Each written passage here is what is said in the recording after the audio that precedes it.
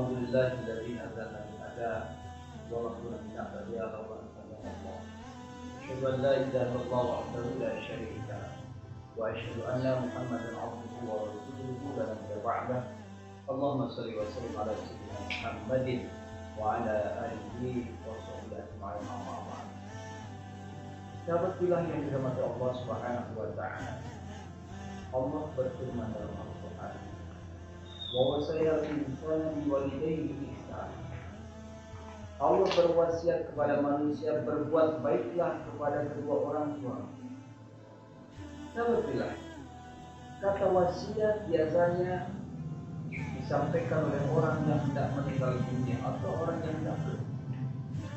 Maknanya ini adalah pesan yang sangat kuat.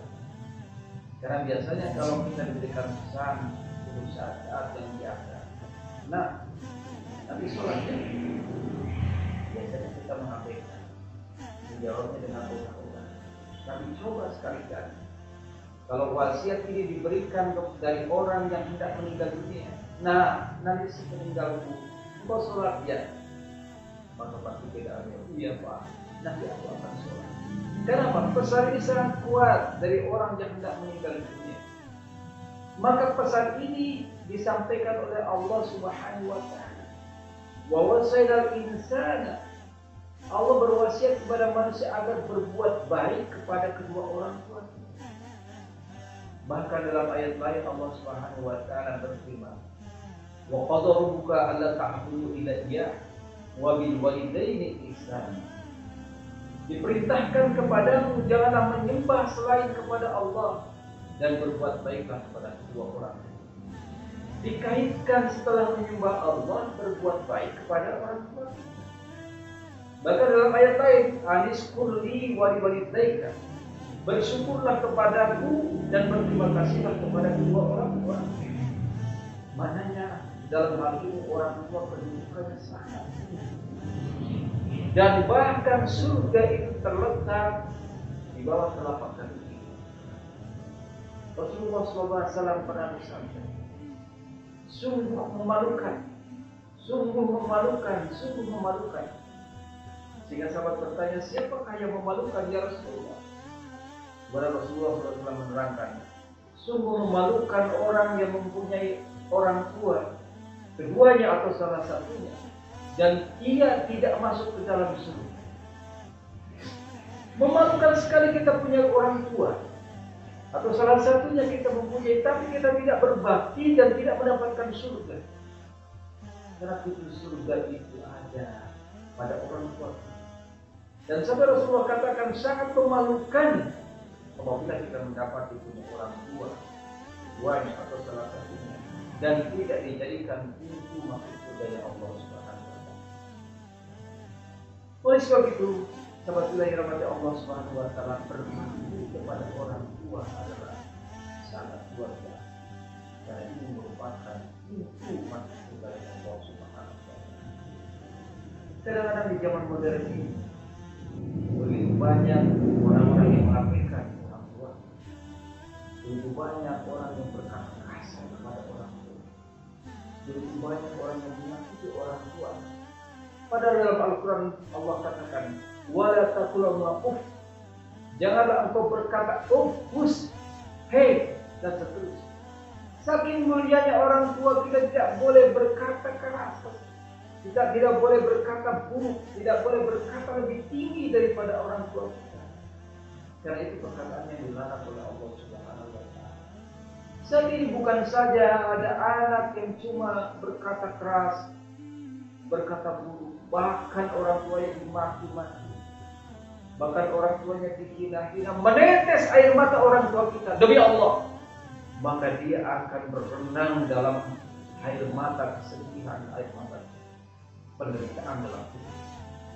Karena itulah ridullah wa ridul walidain, syukurlah wa syukur walidain. Keriduan Allah terletak pada keriduan kedua orang tua kita, dan kemurkaan Allah terletak pada kemurkaan orang tua kita. Maka cari ridho orang tua kita beradu dengan cari ridho Allah Subhanahu wa taala. Cari kebahagiaan orang tua kita, maka kita akan mendapat kebahagiaan dari Allah Subhanahu wa taala.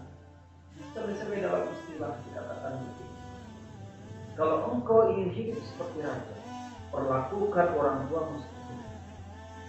Karena sekarang kita banyak melihat, apabila anaknya kaya, apabila anaknya sukses, maka orang tuanya dipanggil dari kamu.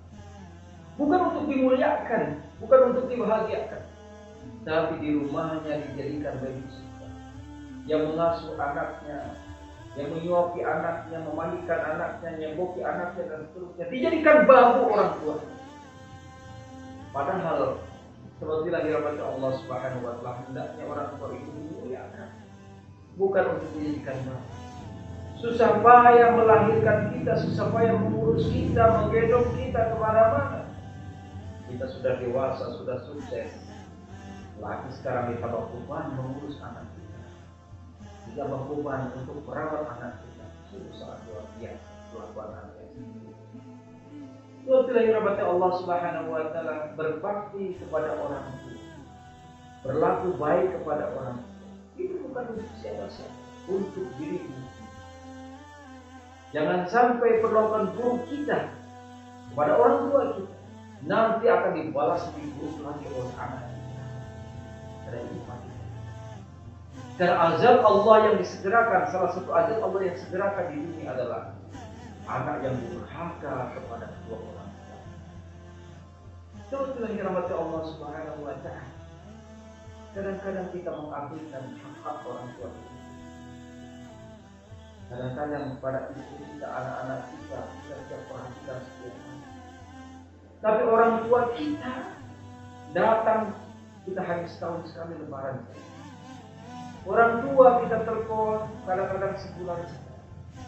Jangankan kita berikan jatahnya, jangankan kita berikan, kirimkan uang untuk mencukupi kebutuhan hidupnya. Sekedar menelpon saja, sekedar datang saja untuk bisa terakhir, tidak datang, tidak menelpon. Maka anak yang seperti apa yang seperti itu? Bahkan kita tidak pernah tahu apakah orang tua kita dalam keadaan sakit atau sehat, makan kenyang atau tidak. Demi Allah, anak yang tidurnya nyenyak, makan kenyang, tapi tidak memperhatikan orang tuanya apakah dia sudah makan atau belum, apakah dia tidur nyaman atau tidak, dia akan masuk neraka Allah Subhanahu wa Ta'ala. Ini lagi berbakti kepada orang tua untuk kebahagiaan, dan mendoakan orang tua juga untuk kebahagiaan. Rasulullah SAW bersabda, "Tarkul du'a lil walidain yurisul faqr." Barang siapa yang melupakan meninggalkan doa kepada orang tuanya, maka akan diwarisi kemakmuran. Maka pantas banyak orang yang susah, penghasilan banyak, sepertinya gajinya besar, tapi kurang fakir lah. Barangkali memang kurang berbakti kepada orang, kurang mendoakan. Maka kuncinya, kalau kita ingin bahagia hidup kita dunia dan akhirat, perlakukan orang tua dengan baik, berlaku santunan kepada orang tua, perhatikan orang tua, muliakan orang tua, pasti kita akan muliakan Allah Subhanahu wa Ta'ala. Tapi barang siapa menyakiti orang tua, menyengsarakan orang tua, tidak berbakti kepada orang tua, maka lihat akan disegerakan di dunia, nanti di akhirat akan diazab oleh Allah Subhanahu wa Ta'ala. Dan sekali lagi, dosa yang disegerakan azabnya oleh Allah Subhanahu wa Ta'ala salah satunya adalah durhaka kepada orang tua. Mudah-mudahan kita semua menjadi orang-orang yang berbakti kepada Allah, dan mudah-mudahan kita mendapatkan kebahagiaan di dunia dan akhirat. Demikian tentunya kita sampaikan, mudah-mudahan bermanfaat.